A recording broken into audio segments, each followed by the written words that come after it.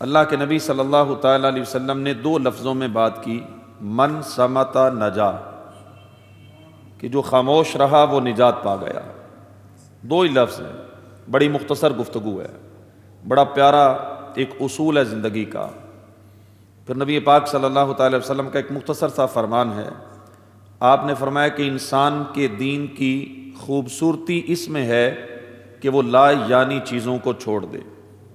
اب لا یعنی چیزوں میں گناہ بھی آئے گا، لا یعنی چیزوں میں فضولیات بھی آئیں گی، لا یعنی چیزوں میں ہماری گفتگو بھی آئے گی، لا یعنی چیزوں میں ہمارا چوکوں میں بیٹھنا، لا یعنی چیزوں میں ہمارا بہت زیادہ دنیا داری کرنا، یعنی بہت ساری چیزوں کو اللہ کے نبی صلی اللہ تعالی وسلم اپنی گفتگو میں بڑا مختصر کر کے بیان فرما دیا کرتے تھے۔ جوامع الکلم آپ کو بنایا گیا، یہ بھی آپ کی ایک شان تھی۔ نبی پاک صلی اللہ تعالی علیہ وسلم کی زندگی، چونکہ اللہ پاک نے رہتی دنیا تک آپ کی سیرت کو لوگوں کے لیے نمونہ بنایا اور دنیا کے لیے مشعل راہ بنایا، آپ کی ہر ادا میں اللہ پاک نے ڈیروں حکمتیں اور برکتیں رکھی ہیں۔ نبی پاک صلی اللہ تعالی وسلم کی اداؤں پہ عمل کرنے والا دنیا اور آخرت میں کامیاب ہوتا ہے، اور دین و دنیا میں اللہ پاک اسے اللہ کے محبوب صلی اللہ تعالی وسلم کی سنت پر، سیرت پر عمل کرنے کا بہترین بدلہ بھی عطا فرماتا ہے۔ اللہ کے نبی صلی اللہ تعالی وسلم کی جس طرح میں نے گفتگو کا بیان کیا کہ بڑی صاف ستھری، بڑے نپے تلے الفاظ، بڑی شائستہ گفتگو، بڑا مہذب لہجہ نبی پاک صلی اللہ تعالی وسلم استعمال فرماتے، اور اہم بات ہوتی تو 3 بار اپنی بات کو دہراتے، 3 بار، کسی کے کہنے پر نہیں، ویسے ہی اللہ کے نبی صلی اللہ تعالی وسلم اپنی گفتگو کو 3 بار دہراتے تاکہ اچھی طرح سمجھ لیا جائے۔ بلا ضرورت کبھی اللہ کے نبی صلی اللہ تعالی وسلم نے بات نہیں کی، کبھی بغیر حاجت کے آپ نے گفتگو نہیں فرمائی۔ جب بھی آپ نے گفتگو کی تو بڑے ضرورت کی گفتگو کی، نپے تلے الفاظ میں کی، مختصر کی، یعنی کہتے ہیں نا کہ اچھا کلام وہ ہے، بہترین کلام وہ ہے جو لفظ تھوڑے ہوں معانی زیادہ ہوں۔ تو نبی پاک صلی اللہ تعالی وسلم کی گفتگو کا یہ خاصہ تھا کہ آپ خیر الکلام ما قل و دل، بہترین کلام وہ ہے جو قلیل ہو، پر دلیل ہو۔ ہمارے پیارے آقا صلی اللہ تعالی وسلم کی گفتگو مختصر ہوتی تھی لیکن پر دلیل ہوتی تھی۔ اللہ کے نبی صلی اللہ تعالی وسلم بلا ضرورت گفتگو نہیں فرماتے تھے، بغیر ضرورت کے آپ کی زبان سے کوئی لفظ نہیں نکلتا تھا۔ ہمیں عادت ہوتی ہے کہ ہم فضول بولتے ہیں، ملاقات کریں گے تو ویسے ہی فضول ایک دوسرے سے سوال کرتے رہیں گے، اچھا اور سناؤ، اور سناؤ، اور سناؤ، اور سنانے کے چکر میں خود بھی بولتے جا رہے ہیں، اگلے بندے کو بھی مجبور کر رہے ہیں، وہ بھی اور سناؤ کا جواب دے دے کے بیچارہ کبھی کچھ سناتا ہے، کبھی کچھ سناتا ہے۔ بعض لوگوں کو ویسے عادت ہوتی ہے کہ وہ کال بھی کریں گے، فون بھی کریں گے، تو ضروری بات ہو سکتا ہے کہ 2 لفظوں میں ختم ہو جائے، لیکن پھر فون پہ بھی وہی رٹ شروع کر دیتے ہیں، اور سناؤ، فلانے کی سناؤ، فلانے کی سناؤ، ضرورت ہی نہیں ہے۔ جیسے ایک مثال ہے، ہمارے محلے میں یا ہمارے دوستوں میں ہی آپ دیکھیں، کسی بندے نے کوئی نیا موبائل ہی لے لیا ہے، اب میرا اس سے کام ہی کوئی نہیں، مقصد ہی کوئی نہیں، یا کسی نے کوئی گاڑی لے لی، یا کسی نے کوئی چیز خریدی۔ قربانی کے دلوں میں آپ کو اندازہ ہوتا ہوگا کہ لوگ جانور خریدتے ہیں، اب جس نے جانور خریدا اس نے کرنی ہے قربانی، لیکن میری طبیعت پتہ نہیں کیوں خراب ہو رہی ہے کہ میں اس سے پوچھ رہا ہوں، اچھا جی کتنے کا لیا ہے، کہاں سے لیا ہے، مہنگا لے لیا ہے، سستا لے لیا ہے، اتنے کی، وہاں منڈی میں تو اتنے کا بک رہا تھا، فلاں منڈی کا تو یہ ریٹ تھا۔ یہ ساری گفتگو جو ہے یہ بلا ضرورت ہے۔ ہم اپنی گفتگو کو اگر روزانہ کی بنیاد پر دیکھنا شروع کر دیں نا تو ہماری سامنے آئے گا کہ ہم اتنا فضول بولتے ہیں، اتنا فضول بولتے ہیں۔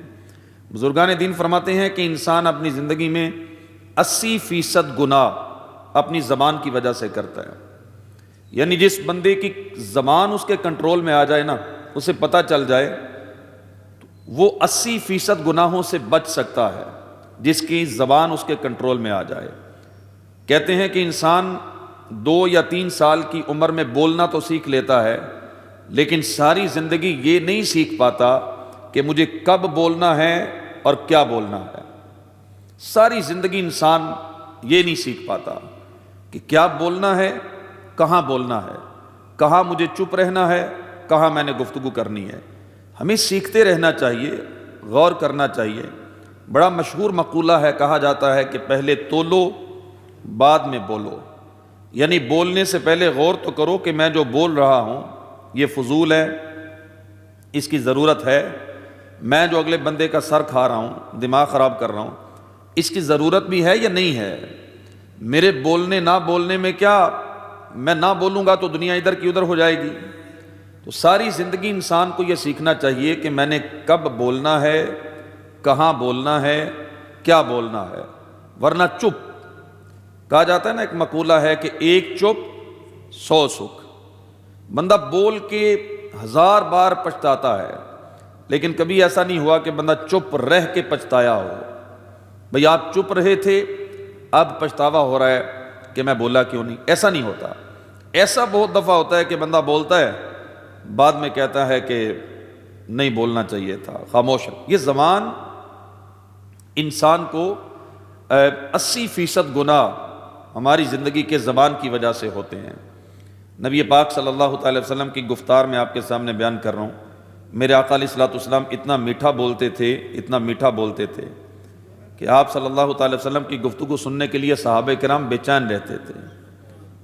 وہ کسی نے کہا ہے کہ اتنا مت بولو کہ لوگ تمہارے خاموش ہونے کا انتظار کریں، اتنا مت بولو کہ لوگ تمہارے خاموش ہونے کا انتظار کریں، اتنا بولو کہ لوگوں کے اندر تمہاری گفتگو کی تشنگی باقی رہے، لوگ تمہیں سننا چاہیں، لوگوں کا دل کرے کہ تم اور بولو اور تھوڑی گفتگو کرو۔ میرے آقا صلی اللہ تعالیٰ علیہ وسلم کی زندگی ایسے ہی تھی۔ صحابہ کرام کا دل چاہتا تھا کہ حضور اور بولیں، اور آپ کے لبوں سے پھول جڑیں، ہم اور موتی چنیں۔ میرے آقا صلی اللہ تعالیٰ علیہ وسلم کی گفتگو کے بعد لوگوں کے اندر تشنگی باقی رہتی تھی، پیاس باقی رہتی تھی۔ اور ہمارا یہ حال ہے کہ ہم تب تک جان چھوڑتے ہی نہیں جب تک اگلا بندہ بول کے یا بیزاری کا اظہار کر کے ہمیں نہ سمجھائے کہ حضرت بس کیجئے، میں اب اس سے زیادہ آپ کو سننا نہیں چاہتا۔ یہ ہم اپنے معاشرے میں دیکھیں، اپنی سوسائٹی میں دیکھیں، ہماری زبان پر اگر ہمارا کنٹرول ہو جائے۔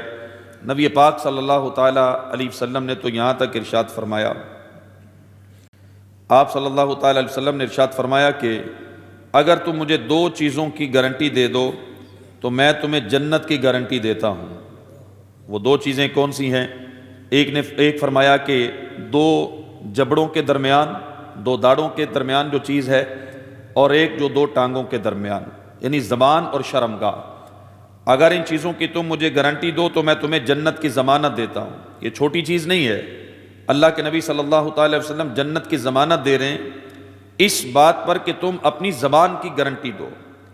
زبان کی وجہ سے انسان بسا اوقات جہنم کے گہرے گڑھے میں جا گرتا ہے۔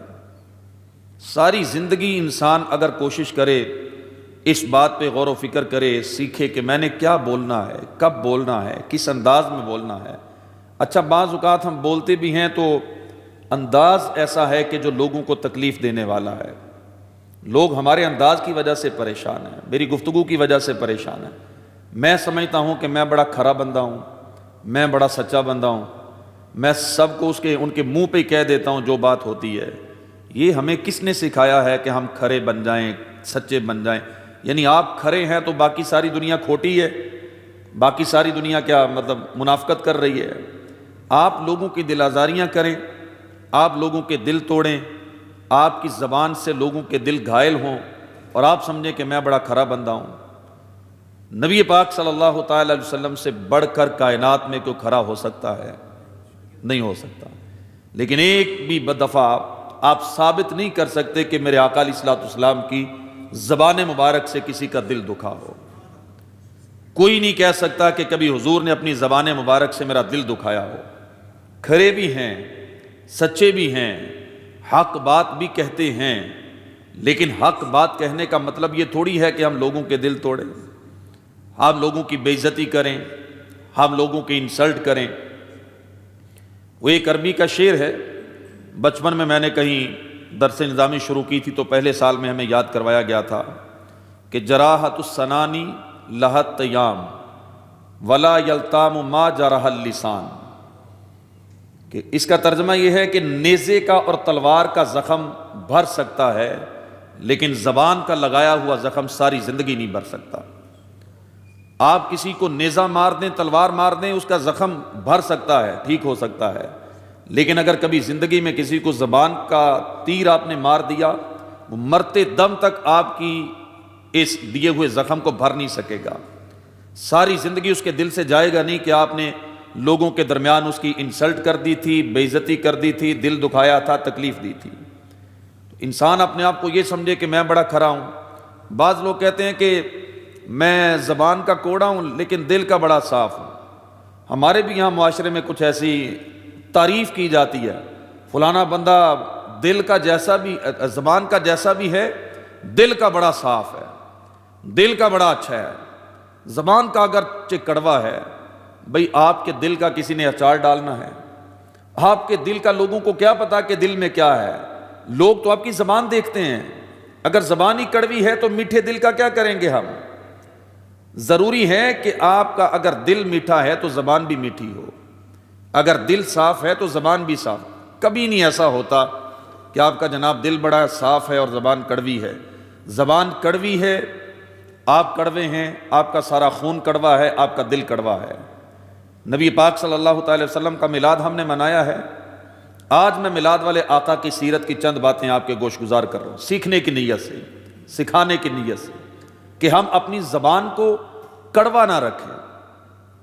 یہ کانسیپٹ اپنے ذہنوں سے نکال دیں ہم کہ نہیں جی زبان کا بندہ کڑوا ہو تو چل جاتا ہے، دل کا میٹھا ہونا چاہیے۔ نہ، آپ لوگوں سے زبان سے کلام کرتے ہیں، آپ کی زبان آپ کی پہچان ہے، آپ بولتے ہیں تو لوگوں کو پتہ چلتا ہے کہ آپ کے اندر کیا ہے۔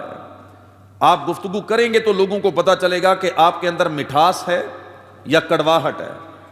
آپ اپنی زبان کھولیں گے تو لوگوں کو پتہ چلے گا کہ آپ کتنے میٹھے ہیں، کتنے کڑوے ہیں۔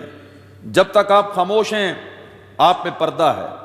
وہ کہا جاتا ہے نا کہ خاموشی، توجہ سے سنیے گا، خاموشی عالم کے لیے زیور ہے اور جاہل کے لیے پردہ ہے۔ یعنی جب تک جاہل بندہ خاموش ہے آپ جج ہی نہیں کر سکتے کہ کون سے حضرت صاحب بیٹھے ہیں۔ یعنی ایک بندہ بڑا ٹپ ٹاپ کر کے سوٹڈ بوٹڈ ہو کے کسی محفل میں، کسی جلسے میں بیٹھا ہو، بالکل خاموش، آپ بڑے روب میں رہیں گے، پتہ نہیں کون حضرت صاحب بیٹھے ہیں، پتہ نہیں کون مطلب پڑھا لکھا بندہ بیٹھا ہے، پتہ نہیں کوئی ہیڈ ماسٹر ہے کسی اسکول کا، کوئی لیکچرار ہے، کوئی پروفیسر ہے، کوئی ڈاکٹر ہے، کوئی عالم ہے۔ جب تک وہ بولے گا نہیں، لیکن جب بولے گا پردہ فاش کر دے گا، بتائے گا کہ میری اصلیت کیا ہے۔ اسی طرح عالم بندہ بھی جب تک محفل میں بیٹھا ہے خاموشی اس کا زیور ہے، وقار ہے، اور جب وہ بولتا ہے تو پھر اس کا وقار اس کی گفتگو کے مطابق، اگر اچھی گفتگو ہے تو وقار بڑھ جاتا ہے، گفتگو کوئی ایسی کر دی ڈھیلی ڈالی تو وقار کم ہو جائے گا۔ تو ہم اپنی زبان پہ اگر تالا لگانا سیکھ لیں، روایتوں میں آتا ہے کہ حضرت ابو بکر صدیق رضی اللہ تعالی عنہ اپنے منہ میں ایک پتھر رکھتے تھے چھوٹا سا۔ لوگوں نے پوچھا کیوں؟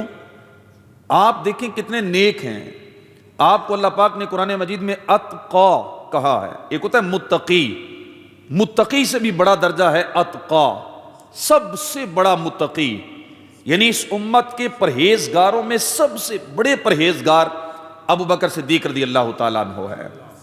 لیکن آپ بھی یہ فرماتے تھے میں پتھر اس لیے رکھتا ہوں کہ مجھے اپنی زبان کی حفاظت پر پہرا دینا ہے، میں اس کو کنٹرول کرتا ہوں کہ یہ کہیں بول نہ پڑے۔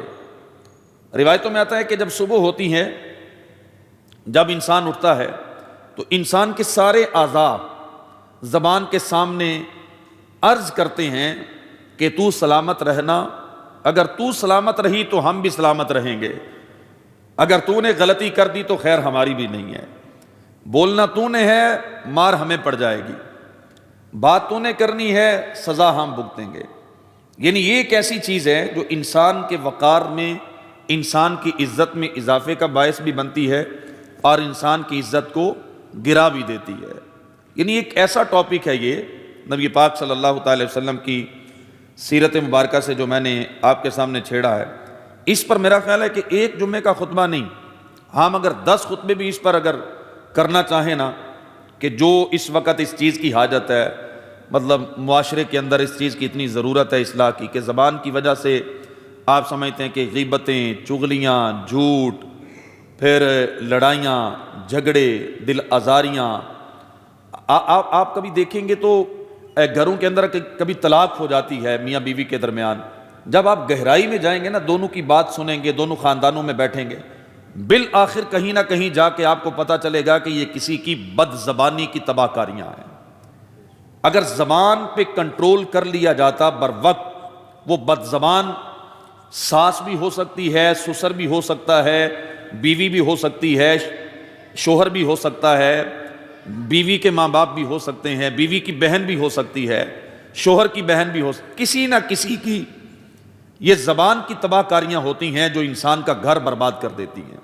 بچے یتیم ہو جاتے ہیں، گھر اجڑ جاتے ہیں، بچے لاوارث ہو جاتے ہیں، کہیں پر قتل ہوا، قتل کی آپ ڈیپلی جا کے جائزہ لیں گے نا، آپ کو کہیں نہ کہیں زبان کی تباہ کاریاں نظر آئیں گی، کہ کسی نے ایسا کوئی بول دیا تھا کہ اس کی زبان سے یہ لفظ نہ نکلتا تو بات یہاں تک نہ پہنچتی، اس کی جان بچ جاتی۔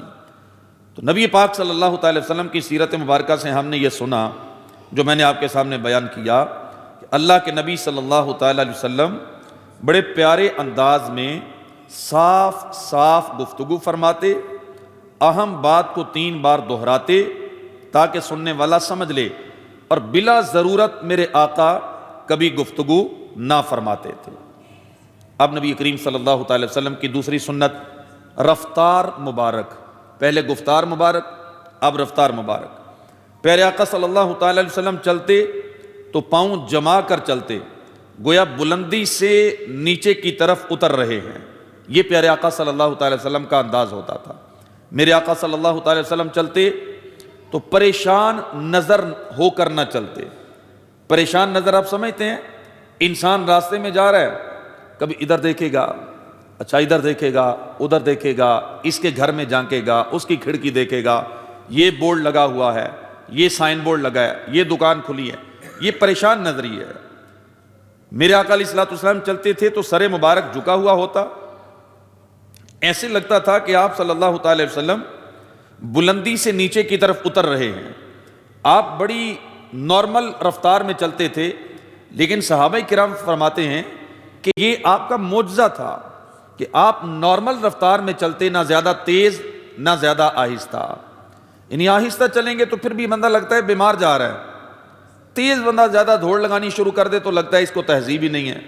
میرے آقا صلی اللہ تعالی وسلم درمیانی چال چلتے تھے، لیکن صحابہ کرام کہتے ہیں ہم جب آقا علیہ الصلوۃ والسلام کے ساتھ چلتے تھے، ہم دوڑ کے تیز چل کے ہانپ جاتے تھے، پھر بھی میرے آقا سب سے آگے نظر آتے تھے، اگرچہ درمیانی چال چلتے تھے، اگرچہ آقا علیہ الصلوۃ والسلام کا انداز دوڑنے والا نہیں، لیکن ہم دوڑ کے آقا علیہ الصلوۃ والسلام کو پکڑنا چاہتے تھے، حضور کے ساتھ ملنا چاہتے تھے، لیکن پھر بھی میرے آقا سب سے آگے نظر آتے تھے۔ تیسری آپ کی سیرت سے جو چیز ہے وہ ہے چھینکنے کا انداز۔ سرور کائنات صلی اللہ تعالی وسلم بلند آواز سے چھینکنے کو ناپسند فرماتے تھے، بلند آواز سے چھینکنا۔ جب چھینک آتی تو منہ مبارک کو کپڑے یا ہاتھ سے ڈھانپ لیتے، سر مبارک نیچے کر لیتے، جھکا لیتے۔ چھینک تو ہر بندے کو آتی ہے، اور چھینک کے بعد الحمدللہ رب العالمین کہنے کا حکم دیا گیا۔ کیوں؟ یہ اللہ پاک کی طرف سے ہے۔ لیکن روایتوں میں آتا ہے کہ جو بلند آواز سے چھینکتا ہے، اس کی چھینک شیطان کی طرف سے ہے۔ ہوتا نا بعض اوقات بندہ کوئی آپ کے قریب چھینکے گا تو آپ بھی ڈر جائیں گے، پتہ نہیں ہو کیا گیا ہے کہ دھماکہ ہو گیا۔ تو چھینک آئے تو منہ کے آگے ہاتھ رکھنا، کپڑا رکھنا، سر جھکانا، آواز کو دھیما کرنے کی کوشش کرنا، یہ بھی نبی پاک صلی اللہ تعالی وسلم کی ایک سنت مبارکہ ہے۔ میرے آقا علیہ الصلوۃ والسلام آرام بھی فرماتے تھے، سوتے بھی تھے، لیٹتے بھی تھے۔ آئیے سنتے ہیں کہ نبی پاک صلی اللہ تعالی وسلم کے آرام فرمانے کا انداز کیسا تھا۔ رسول خدا صلی اللہ تعالی وسلم جب سوتے تھے تو اپنا دایاں ہاتھ اپنے رخسار کے نیچے رکھتے اور یہ دعا پڑھتے، اللہم بسمک اموت و احیا۔ 4 لفظ ہیں، اگر آپ یاد کرنا چاہیں تو بڑی آسان ہے۔ اللہم، یہ تو آپ کو پہلے ہی آتا ہے، پڑھتے ہی رہتے ہیں، بسمی کا اموتو و احیا، یاد کر لینی چاہیے یہ دعا، نبی پاک صلی اللہ تعالی وسلم کی سنت ہے، یہ دعا پڑھتے۔ اور اللہ کے نبی صلی اللہ تعالی وسلم جب بیدار ہوتے، یعنی گال کے نیچے اپنا دایاں ہاتھ رکھ کے کروٹ کے بل دائیں کروٹ آپ لیٹتے تھے۔ ویسے بھی اطباء لوگ، ڈاکٹر لوگ جو ہے یہی مشورہ دیتے ہیں کہ بائیں کروٹ پہ نہیں سونا چاہیے۔ وہ اپنی ایک تحقیق پیش کرتے ہیں کہ دل بندے کا لٹک جاتا ہے سوتے ہوئے تو دل آرام نہیں پاتا، تو اس طرح کی وہ چیزیں میں نے کہیں پڑھی تھیں۔ پھر بھی ہمارے پیارے آقا صلی اللہ تعالی وسلم کی سنت ہے دائیں کروٹ پہ دائیں رخسار کے نیچے دایاں ہاتھ کر کے لیٹنا۔ اور سیدی اعلیٰ حضرت امام احمد رضا خان علیہ رحمۃ الرحمن کا جو سنت ادا کرنے کا طریقہ کتابوں میں لکھا ہے وہ یہ ہے کہ آپ اس طرح لیٹتے تھے کہ آپ کے پاؤں مبارک، آپ کا چہرہ مبارک قبلے کی طرف ہوتا تھا اور آپ کا ہاتھ دائیں رخسار کے نیچے ہوتا تھا۔ یعنی اب جہاں ہم اس وقت آپ بیٹھے ہیں یہاں آپ دیکھیں تو اگر ادھر کو پاؤں کر کے آپ لیٹیں گے تو آپ کا اگر آپ دایاں اپنا ہاتھ یا دائیں رخسار کے نیچے رکھنا چاہیں، ادھر کو پاؤں کریں یا ادھر کو کریں، قبلہ کی طرف منہ کر کے لیٹنا یہ بھی سنت مبارکہ ہے۔ اور یہ اس لیے بھی ہے کہ بندہ اگر قبلے کی طرف منہ کر کے لیٹے گا اسے عادت ہو جائے گی، اور اللہ نے چاہا بندے کی یہ عادت قبر میں بھی اس کے کام آئے گی۔ ہوتا ہے نا قبر میں ہم کسی کا چہرہ قبلے کی طرف کرتے ہیں اپنے مرحومین کا، لیکن روایتوں میں ملتا ہے کہ بدبخت بندے کا چہرہ قبر بند ہوتے ہی قبلے سے پھیر دیا جاتا ہے۔ تو چلے ہمیں دنیا میں یہ عادت ہوگی، نبی پاک صلی اللہ تعالی وسلم کی سنت کی نیت کریں گے، دعا بھی پڑھیں گے تو ثواب بھی ملے گا۔ جب میرے آقا علیہ الصلوۃ والسلام بیدار ہوتے تو یہ دعا پڑھتے تھے، الحمدللہ الذی احیانا بعد ما اماتنا والیہ النشور۔ اللہ کے نبی صلی اللہ تعالی وسلم کی ایک اور سنت مبارکہ سنتے ہیں، پانی پینے کا انداز۔ میرے آقا علیہ الصلوۃ والسلام پانی پیتے تھے تو 3 سانسوں میں پانی نوش فرماتے تھے۔ پیارے آقا علیہ الصلوۃ والسلام بیٹھ کے پانی پیتے تھے۔ میرے آقا علیہ الصلوۃ والسلام کی یہ سنتیں اگر آپ ادا کریں گے نا، آپ ڈاکٹروں سے مشورہ کر لیں، پڑھے لکھے لوگوں سے مشورہ کر لیں، ان سنتوں میں ہماری صحت کا بھی راز ہے۔ کھڑے ہو کر پانی پینا، ایک سانس میں پانی پینا، الٹے ہاتھ سے پانی پینا، ان چیزوں کے طبی طور پر بھی نقصانات بیان کیے گئے ہیں۔ میرے آقا علیہ الصلوۃ والسلام کے بعض لوگ شوق میں نے شاید چند جمعے پہلے ایک بیان کیا تھا، بے لذت گناہ، وہ گناہ جن کی لذت ہی کوئی نہیں، یعنی جن کے کرنے نہ کرنا برابر ہے، ان میں یہ ایک بے لذت گناہ بھی ہے کہ آپ بیٹھ کے پانی پیئیں گے، 3 سانسوں میں پیئیں گے، سیدھے ہاتھ سے پیئیں گے، پھر بھی آپ کی پیاس بجھنی ہے۔ اور اگر آپ کھڑے ہو کے الٹے ہاتھ سے ایک ہی سانس میں پانی پی لیں گے پھر بھی آپ کی پیاس بجھنی ہے۔ تو پھر کیا فضیلت ہے کہ آپ جناب کھڑے ہو کے الٹے ہاتھ سے پانی پی رہے ہیں ایک ہی گھونٹ میں؟ کیا فضیلت ہے؟ آپ کو کیا مزہ آ رہا ہے اس میں؟ صرف یہ ہے کہ رسول اللہ صلی اللہ تعالی وسلم کے طریقے کی مخالفت ہے، اور آپ کے غیروں کا طریقہ ہے، یہ کفار کا طریقہ ہے۔ اس کے علاوہ اس میں کوئی لذت نہیں، کوئی ظاہری فائدہ نہیں ہے۔ بے لذت گناہ ہماری زندگیوں میں اتنے آ گئے ہیں کہ ہم پرواہ نہیں کرتے کہ یار تھوڑی سی توجہ کرنے سے ہم اتنے بڑے گناہ سے بچ سکتے ہیں، نبی پاک صلی اللہ تعالی وسلم کے طریقے کی مخالفت سے بچ سکتے ہیں۔ کیا وہ حدیث پاک ہمارے ذہنوں میں نہیں بیٹھی ہوئی؟ میرے آقا علیہ الصلوۃ والسلام نے فرمایا کہ میرے طریقے کے خلاف چلنے والا ہم میں سے نہیں ہے۔ اپنے اندر سے اگر میرے آقا ہمیں نکال دیں ہم کہاں کھڑے ہوں گے؟ نبی کریم صلی اللہ تعالی وسلم کا طریقہ مبارکہ یہی ہے۔ اور آپ پانی پیتے ہوئے کبھی تجربہ کر لیجئے گا، آپ ایک سانس میں پانی پئیں گے اور 3 سانسوں میں پانی پئیں گے، آپ کو خود ہی پتہ چلے گا کہ آپ کی صحت کے لیے کیا بہتر ہے۔ ایک سانس میں زیادہ پانی پی جانا یہ انسان کی صحت کے لیے بھی نقصان دہ ہے۔ بعض اوقات پیاس لگی ہوتی ہے، بندہ کہتا ہے میں ایک ہی سانس میں ساری بوتل خالی کر دوں، اور ایک دفعہ پی کے پھر سانس لینا، پھر دوسری دفعہ پینا، پھر سانس لینا، پھر تیسری دفعہ پینا۔ اس میں صحت کے اعتبار سے بھی آپ کو اطمینان نصیب ہوگا، سکون ملے گا، آپ کی پیاس صحیح بجھے گی، تشنگی آپ کو ملے گی، سیرابی ملے گی آپ کو۔ یہ نبی پاک صلی اللہ تعالی وسلم کی ایک سنت مبارکہ ہے۔ پیارے آقا علیہ الصلوۃ والسلام کی ایک بڑی پیاری سنت یہ بھی ہے کہ میرے آقا علیہ الصلوۃ والسلام خوشبو استعمال فرمایا کرتے تھے۔ اگرچہ میرے آقا علیہ الصلوۃ والسلام کو خوشبو استعمال کرنے کی ضرورت نہیں تھی، کیونکہ آپ صلی اللہ تعالی علیہ وسلم کے جسم انور کے اندر اللہ پاک نے خوشبوؤں کے انبار لگائے تھے. آپ کا پسینہ مبارک ویسے ہی خوشبودار تھا، بلکہ صحابہ کرام تو خوشبو کے طور پہ آپ کا پسینہ اپنے گھروں میں لے کے جاتے تھے. اور حضرت آمنہ رضی اللہ تعالی عنہا یہ فرماتی ہیں کہ جس وقت آپ پیدا ہوئے تھے ختنہ ہوا تھا، اللہ پاک کے فضل سے غسل بھی آپ کو ہوا تھا، اور آپ کے جسم سے اس وقت بھی خوشبو آ رہی تھی. حضرت ام سلیم رضی اللہ تعالی عنہا کا واقعہ ہے، آپ نے نبی پاک صلی اللہ تعالی وسلم سے خوشبو کی شیشی بھری اور اس کو استعمال کیا، اور صحابی رسول رضی اللہ تعالی عنہ نے اپنی بچی کو جہیز میں جو خوشبو دی وہ میرے آقا کا پسینہ مبارک تھا. اور وہ بچی جس گھر میں گئی اس نے خوشبو استعمال کی، اللہ پاک نے یہ خوشبو اس کی نسلوں میں باقی رکھی، اور اس گھر کو شہر میں بیت المطیبین کا لقب ملا کہ اس گھر کے قریب سے جب بھی گزریں خوشبوئیں آتی ہیں. نبی پاک صلی اللہ تعالی وسلم کا بدن تو اللہ پاک نے بنائے خوشبودار تھا، بلکہ ایسی خوشبو نہیں ہے کسی پھول میں جیسی خوشبو نبی کے پسینے میں ہے. لیکن اس کے باوجود میرے آقا علیہ الصلوۃ والسلام خوشبو استعمال فرمایا کرتے تھے. نبی کریم صلی اللہ تعالی وسلم کو اللہ پاک نے صفائی پسند بنا کے بھیجا، نظافت پسند بنا کے بھیجا. آپ کی طبیعت میں گندگی نہیں تھی، سادگی تھی. سادگی ایسی تھی کہ پیوند لگے کپڑے بھی میرے آقا نے پہنے. سادگی ایسی تھی کہ میرے آقا علیہ الصلوۃ والسلام نے 2 چادریں بھی اوڑھی. سادگی ایسی تھی کہ میرے آقا کے گھر میں 3 دن تک چولہا ہی نہیں جلا. سادگی تھی، لیکن آقا علیہ الصلوۃ والسلام کی ذات کے اندر گندگی نہیں تھی. کچھ تو ویسے اللہ پاک نے فضل کیا تھا، آپ کا جسم بھی میل سے پاک، آپ کے جسم پہ مکھی بھی نہیں بیٹھتی تھی، آپ کا سایہ بھی زمین پہ نہیں پڑتا تھا. آپ صلی اللہ تعالی وسلم کو اللہ پاک نے چہرہ بھی نورانی عطا فرمایا تھا، زلفیں بھی اللہ پاک نے بڑی پیاری عطا فرمائی تھی. یہ سارا کچھ تو تھا، لیکن اس کے ساتھ میرے آقا اپنی نظافت کا بڑا خیال رکھتے تھے، خوشبو استعمال کرتے تھے. نبی پاک صلی اللہ تعالی وسلم کی حدیث پاک میں آتا ہے، ایک دن پیارے آقا صلی اللہ تعالی علیہ وسلم اپنے بال مبارک بنا رہے تھے. ہوتا ہے نا بندہ کنگھی کرتا ہے، ہاتھ پھیرتا ہے، داڑھی کو سیٹمنٹ کرتا ہے.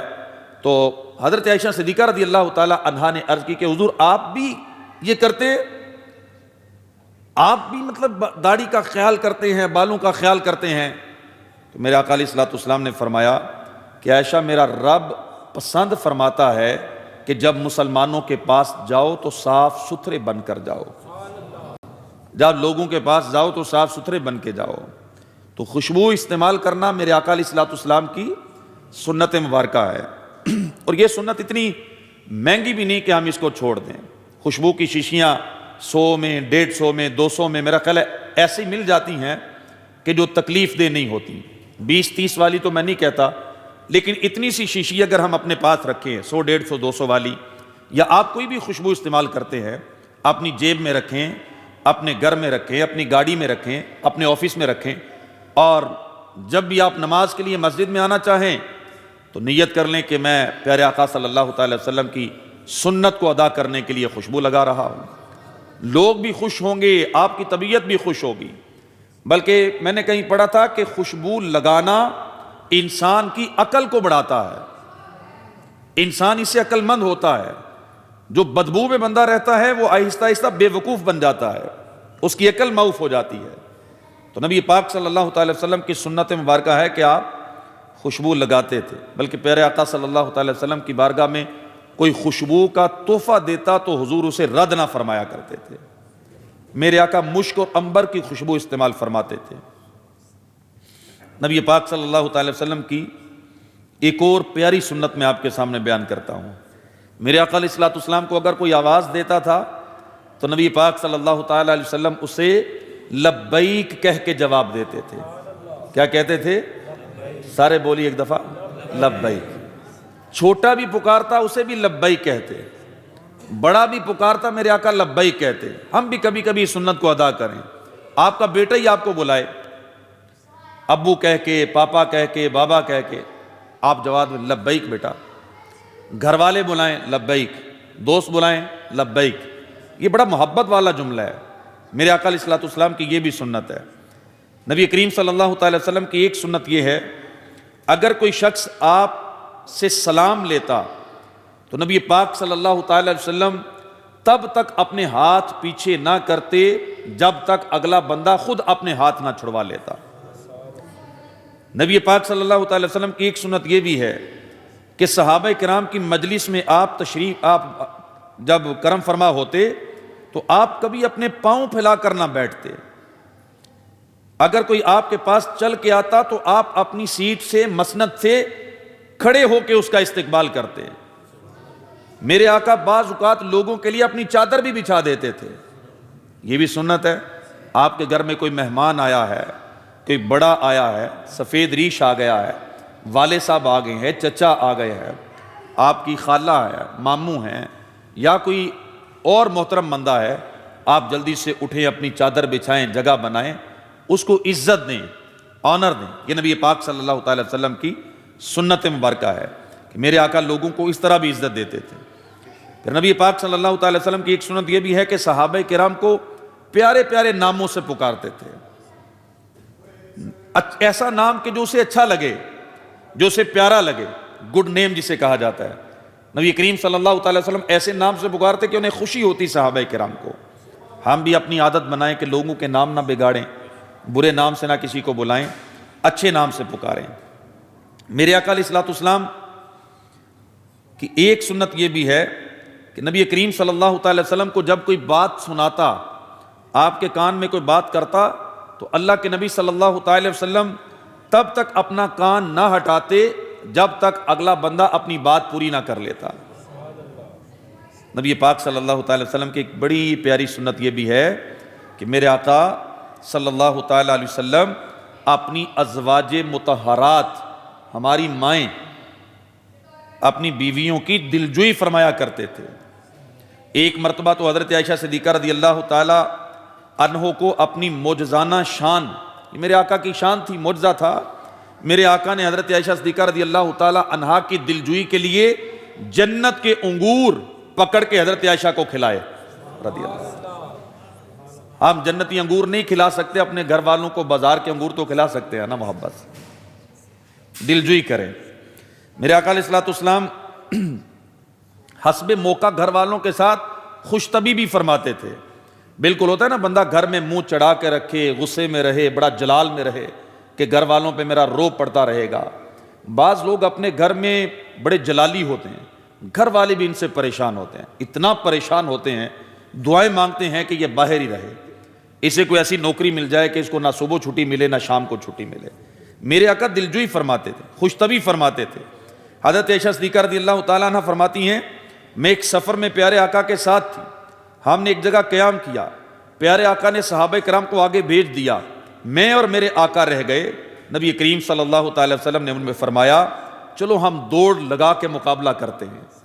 میرے آقا نے میرے ساتھ دوڑ لگائی، مقابلہ کیا۔ اس وقت میرا بدن ہلکا پھلکا تھا، عمر تھوڑی تھی، میں آگے نکل گئی۔ کچھ عرصے بعد دوبارہ اسی طرح کا واقعہ پیش آیا، سفر میں تھے، صحابہ کرام آگے چلے گئے، میرے آقا علیہ الصلوۃ والسلام نے فرمایا عائشہ چلو دوڑ لگا کے مقابلہ کرتے ہیں۔ ہم دوڑے، میرے آقا علیہ الصلوۃ والسلام آگے نکل گئے۔ نبی کریم صلی اللہ تعالی وسلم نے میرے کندھے پر ہاتھ مبارک مارتے ہوئے فرمایا عائشہ یہ اس جیت کا بدلہ ہو گیا۔ کیسی دلجوئی فرمائی ہے۔ اسی طرح رسول کریم صلی اللہ تعالی وسلم نے ازواج مطہرات کے ساتھ جو خوشطبی فرماتے تھے اور خود بھی اس میں شریک ہوتے، حضرت ام المؤمنین حضرت عائشہ صدیقہ سے روایت ہے کہ میں نے آقا علیہ الصلوۃ والسلام کے لیے ایک خزیرہ نامی ایک ڈش تیار کی، گوشت اور آٹے سے تیار ہوتی تھی، یہ ایسا کھانا تھا، میں نے تیار کیا، وہ سرید قسم کا حلوہ قسم کا ایک بن گیا، تو میں نے نبی کریم صلی اللہ تعالی وسلم کی بارگاہ میں پیش کیا۔ اس وقت حضرت سودا رضی اللہ تعالی عنہا بھی ہمارے پاس تھیں، میں نے حضرت سودا سے بھی عرض کیا کہ آپ بھی کھائیں، انہوں نے کہا میں نہیں کھاتی، میں نے کہا آپ کھا لو نہیں تو میں آپ کے چہرے پہ مل دوں گی، انہوں نے پھر بھی کہا میں نہیں کھاتی، میں نے وہ حلوہ اٹھایا اور حضرت سودا کے چہرے پہ مل دیا۔ میرے آقا نے مسکراتے ہوئے وہ حلوہ پکڑا اور حضرت سودا کے ہاتھ میں دیا کہ سودا تم بھی عائشہ کے چہرے پہ ملو۔ یہ کیسی خوش طبی ہے، گھر کا ماحول کیسا ہے، اور ہم نے اپنے گھروں کا ماحول کیسے بنا کے رکھا ہوا ہے۔ گالیاں، جھڑکیاں، ڈانٹنا، جھاڑنا، لڑائیاں، جھگڑے، یہ نبی پاک صلی اللہ تعالی وسلم کی سیرت ہے۔ آپ اپنے آپ کو تھوڑا نارمل کیا کریں، گھر میں جا کے اگرچہ آپ تھکے ہوتے ہیں، کام کاج کرتے ہیں، مزدوری کرتے ہیں، کاروبار کرتے ہیں، پریشانیاں ہیں، معاشی پریشانیاں ہیں، بعض لوگ مقروض ہو جاتے ہیں، لیکن اس میں گھر والوں کا قصور تو نہیں ہے۔ میرے آقا علیہ الصلوۃ والسلام کی یہ چند سنتیں میں نے آپ کے سامنے جو بیان کی ہیں، ہم اللہ کے فضل سے میلاد منانے والے بھی ہیں اور میلاد والے آقا کو منانے والے بھی ہیں۔ میلاد منانے سے بھی آقا خوش ہوتے ہیں اور پیارے آقا کی سنتوں پر عمل کرنے سے بھی آقا علیہ الصلوۃ والسلام خوش ہوتے ہیں۔ تو یہ میں نے سنتیں جو عرض کی ہیں، طریقہ کار عرض کیا ہے، امید کرتا ہوں کہ انشاءاللہ آپ اس پر عمل کی کوشش کریں گے۔ اللہ پاک مجھے اور آپ کو عمل کی توفیق عطا فرمائے، آمین بجاہ